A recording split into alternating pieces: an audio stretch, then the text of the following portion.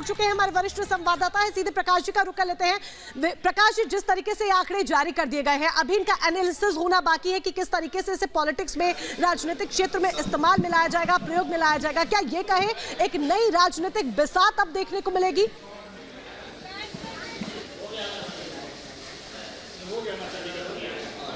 देखिए, इसमें साफ है, जब से ये कास्ट सर्वे बिहार में शुरू हुआ तो उसी समय उसकी बुनियाद पड़ गई कि बीजेपी के हिंदुत्व मॉडल को काउंटर करने के लिए जाति का सहारा लेगी ये पार्टियां जो बिहार में हैं, यूपी में हैं और अन्य पार्टियों में। अब जब बिहार में ये सर्वे हो गया है तो अन्य जगहों से भी इसकी डिमांड अब होंगी। अब सबसे बड़ी बात है कि अब नैरेटिव सेट किया जाएगा, जातिगत आधार पर पॉलिसीज बनाई जाएंगी और उसके बाद रिजर्वेशंस को दायरे को भी बढ़ाने की मांग उठेगी। जबकि इसमें सुप्रीम कोर्ट का स्ट्रिक्ट गाइडलाइन है कि 50% से ऊपर रिजर्वेशन आप नहीं दे सकते हैं।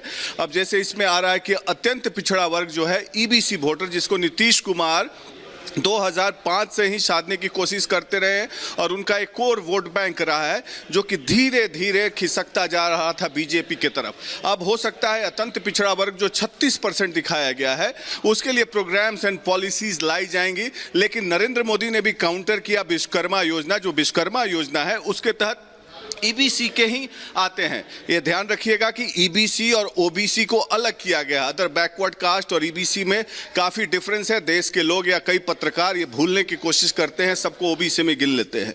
तो जबकि पिछड़ा वर्ग जो है वो 27% के करीब है, जो कि जिसमें यादव और कुर्मी, कोयरी और अन्य जातियां आती हैं, तो उनका भी परसेंटेज बढ़ा है। जैसे यादव का परसेंटेज 14% है, उसमें कई सब कास्ट भी दिखाए गए हैं। इसमें हमने प्रेस कॉन्फ्रेंस में ये सवाल भी किया कि जो सब कास्ट है यादव में या अन्य जातियों में, कई ऐसी जातियां हैं जिसमें 8-10 सब कास्ट हैं, उनका सब कास्ट का अलग अलग परसेंटेज देने के लिए क्यूमुलेटिव, तो वो भी आंकड़ा धीरे धीरे दिया जाएगा या नहीं दिया जाएगा, या सरकार की क्या मंशा है। लेकिन बहरहाल जातिगत आधारित राजनीति की शुरुआत हुई है। लोकसभा 2024 चुनाव के पहले ये नैरेटिव सेट करने की कोशिश की गई है कि हिंदुत्व कार्ड को काउंटर करने के लिए। लेकिन सबसे बड़ा मुद्दा है कि नरेंद्र मोदी जो प्रधानमंत्री हैं देश के, वो भी पिछड़ा वर्ग से आते हैं और अत्यंत पिछड़ा वर्ग से आते हैं और इसीलिए उन्होंने विश्वकर्मा योजना की शुरुआत की। अब उसका पेनिट्रेशन क्या होता है बिहार के संदर्भ में अब देखें तो अत्यंत पिछड़ा वर्ग जो 36% है, पिछड़ा वर्ग 27% है, अनुसूचित जाति 19%, अनुसूचित जनजाति 1.5% और अनारक्षित जो बोलते हैं अनरिजर्व जिसमें 15%। लेकिन इसको उससे अलग करना चाहिए, जो सवर्ण जातियां हैं बिहार में वो कमोबेश 10 से 10.5% के बीच में है, जो राजपूत, भूमियार, ब्राह्मण या कायस, जो कि इस आंकड़े के हिसाब से इसमें अभी ये मसला आसानी से सुलझने वाला नहीं है, क्योंकि मुझे पूरी उम्मीद है कि इस रिपोर्ट के खिलाफ कोई ना कोई आरटीआई होगी, बहस होगी हाई कोर्ट में, सुप्रीम कोर्ट में, उसके बाद विवाद में जरूर आएगा। लेकिन नई राजनीति की शुरुआत हो चुकी है, जल्दी से इसे लागू करा दिया गया है। अब बारी है, अब देखना है कि नीतीश कुमार और लालू यादव और तेजस्वी यादव क्या करते हैं, क्या प्रोग्राम्स, पॉलिसीज लाते हैं इस रिपोर्ट के आधार पर। और शुरुआत में यह भी कहा गया था कि इकोनॉमिक स्टेटस भी बताया जाएगा, उस आधार पर जातियों के लिए प्रोग्राम पॉलिसीज लाएंगे। लेकिन सबसे बड़ी खामी यह है कि इसमें इकोनॉमिक स्टेटस नहीं बताया गया है। तब देखना है कि सरकार इकोनॉमिक स्टेटस बताती है, क्योंकि इकोनॉमिकली एम्पावर करना है। और अभी भी देखा जाए तो 90 के दशक के बाद, ठीक है प्रकाश जी, वापस लौट रहे हैं आपके पास। हमारे साथ इस वक्त आचार्य विक्रमादित्य, आचार्य राज मिश्रा भी हैं, लेकिन भारतीय जनता पार्टी के बिहार के नेता संजय जायसवाल भी हमारे साथ जुड़ रहे हैं। के सिवा कुछ नहीं है। इन्हें तो रिपोर्ट कार्ड देने चाहिए थी कि 33 साल 18 साल नीतीश बाबू और 15 साल लालू यादव, ये दोनों ने मिलकर राज किया और गरीबों को क्या उद्धार किया, कितने लोगों को नौकरी दी, कितने लोगों की हालत सुधरी, ये रिपोर्ट कार्ड होनी चाहिए थी। अब ये रिपोर्ट कार्ड जातीय जनगणना का देकर के लोगों में भ्रम के सिवा और कुछ नहीं।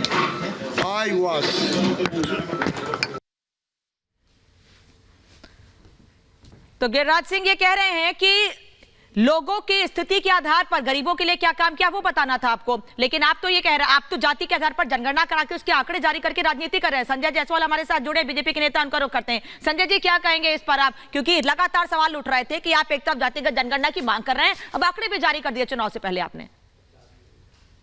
देखिए, एक तो नया कुछ भी नहीं है। माननीय कर्पूरी ठाकुर जी ने और कैलाशपति मिश्रा जी ने जब मिलकर पहली बार पिछड़ों को रिजर्वेशन दिया था, तब यही था कि 52% आबादी हम पिछड़ों की है और हमारे उस हिसाब से हमें रिजर्वेशन मिला था। मंडल कमीशन ने भी यही कहा था और उस समय भी भारतीय जनता पार्टी विश्वनाथ प्रताप सिंह जी के साथ थी। और आज भी हमारे वित्त मंत्री ने 500 करोड़ रुपए दिए थे जिससे कि यह जातीय जनगणना हो सकी। इशू ये नहीं है, इशू ये है कि कौन कौन से कास्ट छूट रहे हैं और उनको लेकर जो भी पॉलिसी बनेगी हम सब उसके साथ खड़े रहेंगे। तो की बात तो यह है कि एक आर्थिक सर्वे क्यों नहीं जारी किया गया, उसमें क्या दिक्कत है। और दूसरा कि पिछले वर्षों में इनके लिए क्या क्या तरक्की हुई है उसका भी देना चाहिए। आज तो नरेंद्र मोदी जी साफ बता सकते हैं कि हमने विश्वकर्मा योजना दिया है, जो अति पिछड़े समाज के लोगों को हम विशेष रूप से आर्थिक दृष्टि से सशक्त कर रहे हैं, उनको अलग से इंटरेस्ट के साथ हम अपना उनको लोन दिलवा रहे हैं। तो बिहार सरकार को भी जो पीछे छूटे हुए तबके हैं उनके लिए तो आज तक कभी कुछ नहीं किया। हुआ तो कुछ खास लोगों के लिए है जो सरकारी अफसर छोड़ करके आज तक कोई लाभान्वित इस सरकार में नहीं हुआ। कभी गरीब लाभान्वित नहीं हुआ। गरीबों को जो कुछ भी मिला है वो नरेंद्र मोदी जी के कारण मिला है। और ये जनगणना का जो ये बड़ी बात हो रही है तो हमारे सहयोग से हुआ है। दिक्कत तो हमें राहुल गांधी से है कि सिद्धरमैया से उन्होंने कर्नाटक में जातीय जनगणना कराया। आज भी सिद्धरमैया मुख्यमंत्री है, क्यों नहीं कर्नाटक का जातीय जनगणना रिलीज होता है। राहुल गांधी घूम घूम के कहते हैं कि हम जातीय जनगणना करवाएंगे। हम आपसे और चर्चा करेंगे और समझने की, संजय जायसवाल जी, हम आपसे समझने की कोशिश करेंगे कि क्या बीजेपी शासित प्रदेशों में भी ऐसी पहल होगी। आप हमारे साथ बने रहिए। हमारे साथ आचार्य विक्रमादित्य और आचार्य संजय मिश्रा जुड़े हुए हैं। आचार्य विक्रमादित्य जी, आप जितने भी हिंदू समाज के प्रमुख हैं वो हमेशा जातिवाद के खिलाफ रहे हैं। आप बात करते हैं कि जातिगत जो भेदभाव है वो कम होना चाहिए। आपको लगता है कि जब इस तरह की जानबूझकर गिनती की जाती है तो ये भेद और बढ़ाने का काम करते हैं?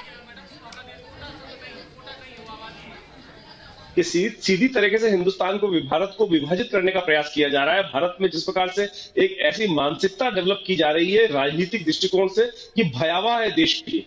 हम सब जाति पाति पूछे नहीं कहीं, हरि का भजे हरि का होई, ये शास्त्र प्रमाणित करता है। कोई वर्ण भेद नहीं है, कोई जाति प्रथा भारतीय संस्कृति में नहीं बताई गई। लेकिन केवल इन लोगों ने इस देश में अंग्रेजों के बाद से लगातार ये व्यवस्था बनी कि देश को विभाजित करो, देश को डिवाइड करो। जो जनमानस है उनको अपने अपने समुदाय के अंदर विभाजित कर इस देश में राज करो। ये अंग्रेजों की जो राजनीति थी वो आज इतनी ज्यादा हो गई है। 1948